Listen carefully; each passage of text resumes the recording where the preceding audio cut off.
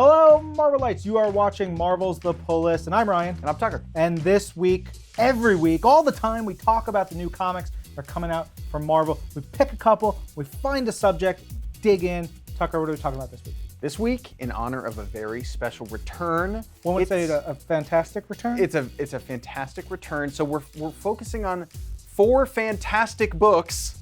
Like a Fantastic Four type of, okay, cool. Like, You figured it out. I got it. We'll talk about that one last. Oh wait, yeah, Fine, we'll fine, get there, we'll get there. But we'll start with the first fantastic book. This is Old Man Logan, number 45.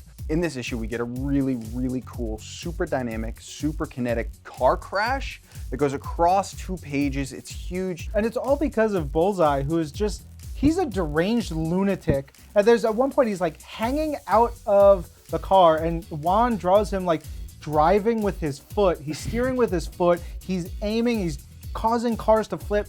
He's a nightmare. Yeah. Ed Brisson has kicked this story up to the next level with this arc. I think it's been incredible. I think Logan and Bullseye are just strangely perfect foils for each other. They're opposites in the best ways.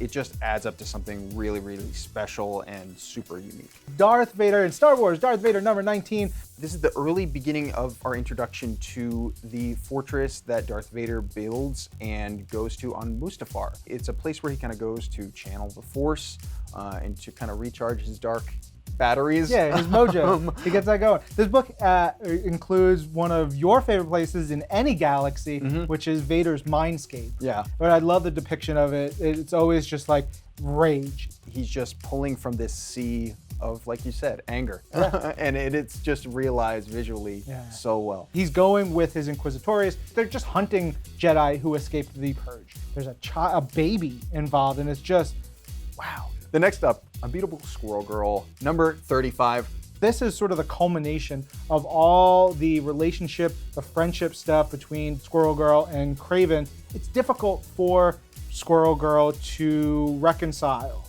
what she knows of Kraven as this friend of hers, as a good person who has helped her, helped people, versus the dude who literally hunted Spider-Man and buried him alive.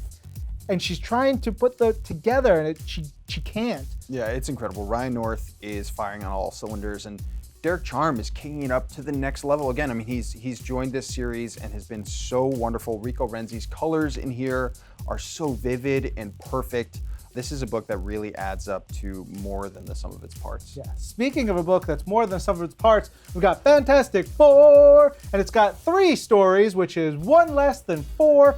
You know that Dan Slott, who's the writer, just off of 10 years of Spider-Man, he gets into a book and he goes full bore. He loves these characters, he knows these characters, he gets fully engulfed in their stories. Willie Lumpkin shows up in this, Impossible Man shows up in this, classic other Fantastic Four members, Wyatt Wingfoot, just so many cool things. On top of that, you've got maybe my favorite panel in comics this year, which is Ben Grimm, the Thing covered in kittens. Sarah Pichelli draws Ben Grimm in such a specific and beautiful way. I mean, he's huge, he's massive, but you know, he has this like soft core to him. She just captures old Blue Eyes so well. He's the heart of the Marvel Universe. Yeah, This is the heart of the Marvel Universe. Yeah. The family of the Marvel Universe. I'm so excited by this book. You can hear about this book and many more on Marvel's The Pull List, the podcast version on Marvel.com, wherever you get your podcast. We'll be back with another episode